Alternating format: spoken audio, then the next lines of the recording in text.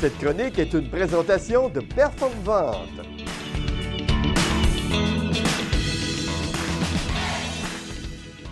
L'écoute active, c'est quoi? Donc, l'écoute active, c'est tenter de comprendre le sens de ce qui est dit, mais dans le contexte de la personne. On doit prêter attention à ce moment-là à quoi? Donc, les mots, ils viennent de nos pensées, puis celles-ci, de nos émotions. Donc, derrière chaque dialogue, il y a des sentiments qui peuvent être autant positifs que négatifs.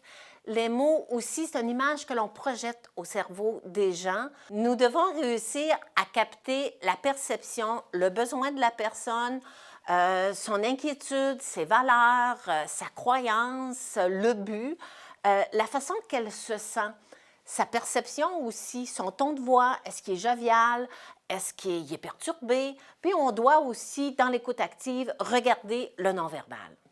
Donc, comment on fait?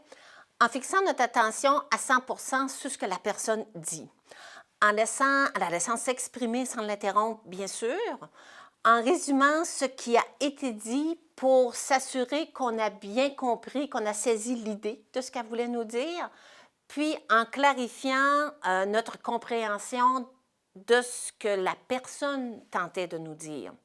Ça sert à quoi de faire tout ça? Donc, ça permet de clarifier ce que vous avez entendu, ce que vous avez saisi à travers les mots, puis leur émotion, leur croyance, c'est quoi le message qui était passé.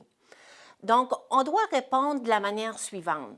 Ce que j'entends, c'est que vous avez besoin de, ce que j'ai saisi, c'est que vous croyez que, ou ce que je comprends, c'est que vous aimeriez ou que vous sentez que. Qu'est-ce qui nous empêche d'écouter maintenant?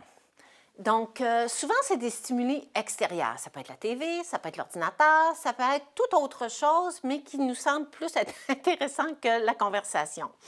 Donc, il y a d'autres aspects aussi qui vont diminuer notre écoute, mais notre écoute active, bien sûr.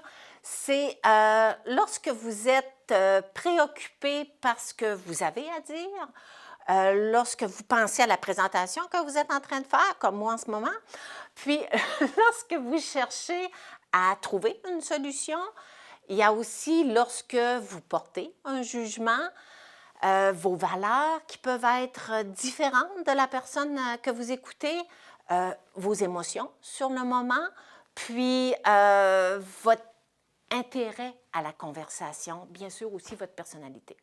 Pourquoi faut-il écouter? Avez-vous déjà ressenti le besoin d'être écouté? Écouter, ça aide à apprendre, à comprendre, à changer nos émotions aussi, à capter des opportunités, à créer des nouvelles idées, faire des affaires, rassembler les gens, à souvent gérer un malentendu, à penser différemment, puis voir une autre perception. Donc, vous devez savoir que pour établir une bonne relation, pour faire des affaires, pour vendre, mais aussi pour se vendre, vous devez apprendre à écouter. Donc, je peux vous aider à acquérir ces techniques, puis les faire vôtres. Donc, contactez-moi, Renelle Lévesque, dans le 418-930-1004, 418-930-1004, et je vais vous mettre en contact avec mon agent. Au plaisir. Cette chronique est une présentation de Performvente.